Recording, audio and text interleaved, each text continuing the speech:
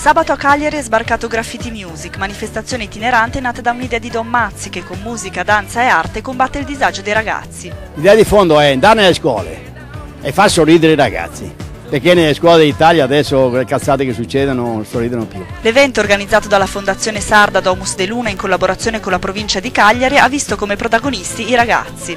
Don Mazzi secondo me ha creato queste manifestazioni proprio per i giovani, perché noi comunque siamo il continuo della società. Per me l'esperienza di Graffiti Music è un modo per affrontare il futuro, ma specialmente per affrontare il presente, per combattere i problemi che hanno i giovani oggi. Un giorno all'insegna dell'arte per parlare di ribellione, sogno e impegno. Il disagio è un vuoto, la musica è un pieno. L'arte in generale è un sogno. L'arte è aria.